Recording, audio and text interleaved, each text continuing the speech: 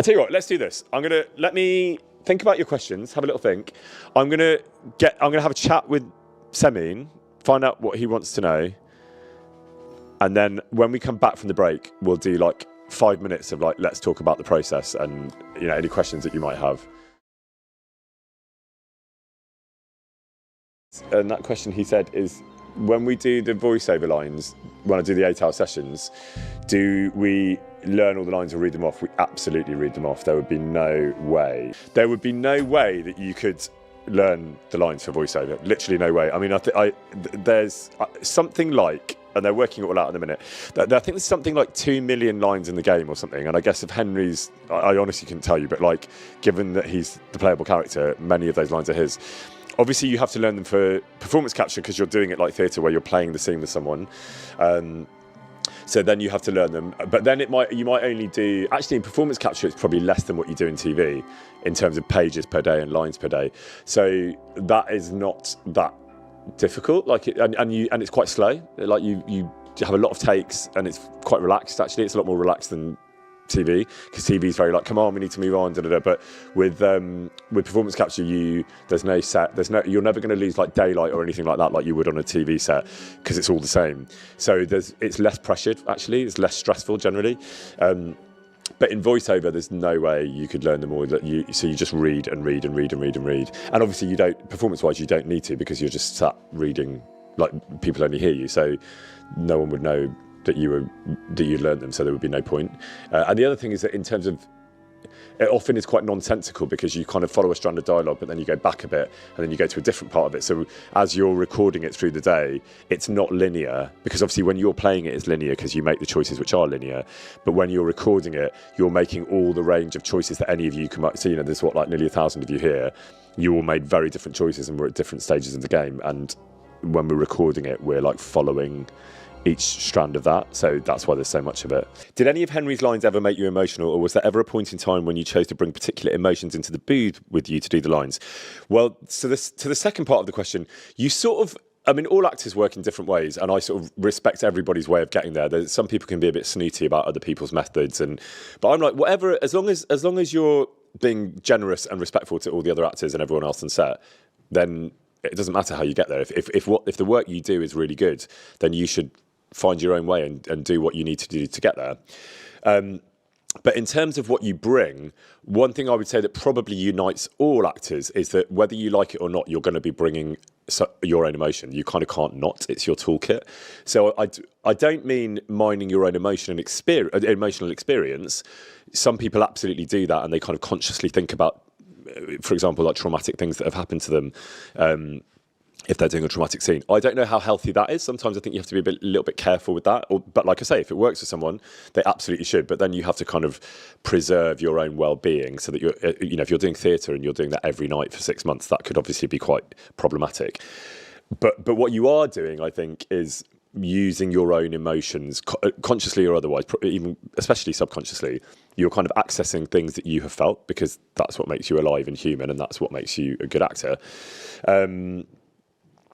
So, yes, you are bringing them. And did any lines make me emotional? Yeah, I mean, particularly to that point, really. Some of you know I've talked about it in interviews, but I lost my dad about 20 years ago. And so inevitably, if you're doing scenes about a loss of a parent or anyone, we've all lost people. Sadly, I don't think there's anyone in this chat or anyone on this planet who hasn't lost someone at some point that they loved. And so I'm not actively like thinking about my dad, because, as I said, I don't think that would be particularly healthy. But you are... in terms of the lines that make you emotional, all the stuff about the parents inevitably feels especially personal to me, because for that reason. So all of those, the scenes with the family, I've said before, are like very much the engine of the story, and kind of they're the thing. That's the thing that drives him right the way through both games.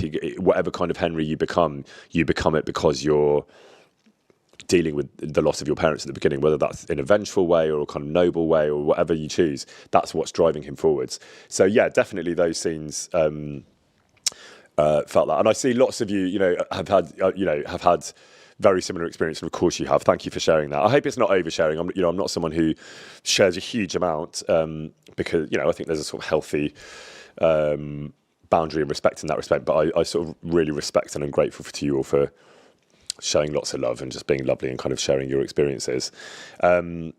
Is there any part of the story that shocked you when you first learnt it? Well, particularly with KCD2, where before we did anything, we sat and were taken through the story by Dan Vavra, who created it, and Prokop, who's one of the lead designers, and they talked us through the main body of KCD2, and pretty much all of it shocked me. I was so excited about the kind of the broad shoulders of the second game. I sort of assumed, slightly lazily on my part, that we would just continue to do more of the same, you know.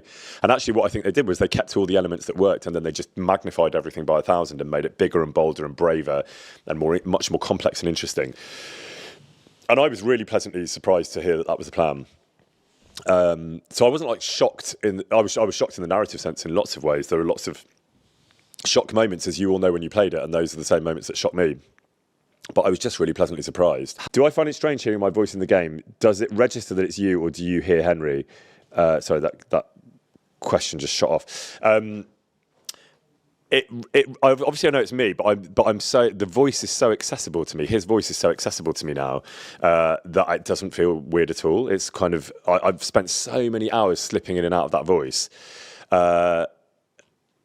So do I think of it as me? Yeah, kind of, but it's like a version of. So obviously I know it's my voice, but he has a slight accent, which again only usually British people can hear. It's not that different from my voice, but it is different, and it's a slight West Country sound, and so it is Henry essentially. It's kind of you know, it's very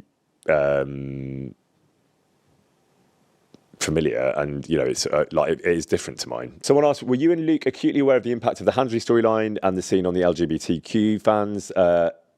Sorry, the question shot off again, and then I think they said thank you for that. Not especially. We didn't know it would have that impact, but I'm absolutely so happy that people from all communities, but of course especially the LGBTQ community, have absolutely embraced it. And I think it's a beautiful and amazing thing, and one that I'm incredibly proud of. But did we know that would be such a kind of focus? Probably not, because there were so many new elements to all the characters and things that you could do, and like options for Henry and options of Henry. So like the man, you could make him in lots and lots of ways. That's really exciting. So I don't know that I thought there would be so much focus specifically on that strand, but I'm over the moon that there is. I think it's amazing, and I think Warhorse have done it beautifully. And so it was a very pleasant surprise, and I think people from all backgrounds. I think someone's saying there, yeah, like people from all backgrounds have embraced that story for all sorts of reasons, and I absolutely love that. Tom, do you have a favourite character from the game? No, I don't think I do actually. I like.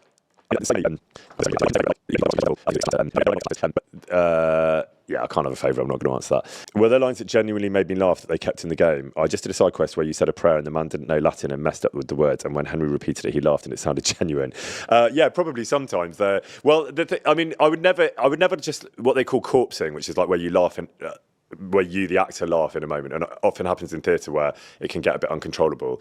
And I would never, like, if it was just me, Tom, laughing at something objectively in the game that Henry wouldn't be laughing at. I laughed a lot, that happened a lot, but we never let that go in the game because obviously that wouldn't be appropriate. So if it's in the game, it's absolutely because it sounds like Henry laughing and it's fitting. So there's nothing in there that would be me just laughing.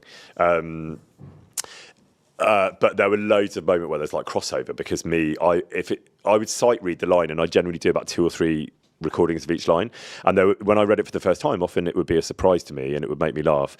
So then there would often be like organic laughs, but it would match what Henry in the moment Henry is. He might also be finding that funny. So then you're like, that's fine. That's me and Henry laughing at the same time in the same way. But in terms of me just laughing randomly, no, I wouldn't do that. Well, I would do it, but they wouldn't let me put it in, and I wouldn't want them to put it in because it would just sound a bit unprofessional. But it's also quite funny. But yeah, we wouldn't get away with that. Have you ever lost your voice during voiceover capturing? No.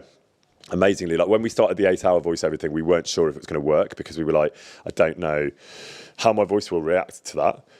It's quite, all the other actors were doing 8 hours, 4 hours rather, and I was doing 8. But completely my own choice, I will say, my own request, in fact, because of other work in London and needing to get home and stuff. But I didn't. All the barks, all the screaming and shouting, we would do at the end of a day. But there wasn't. I never lost my voice, which was good, because I'd have had to stop if I had.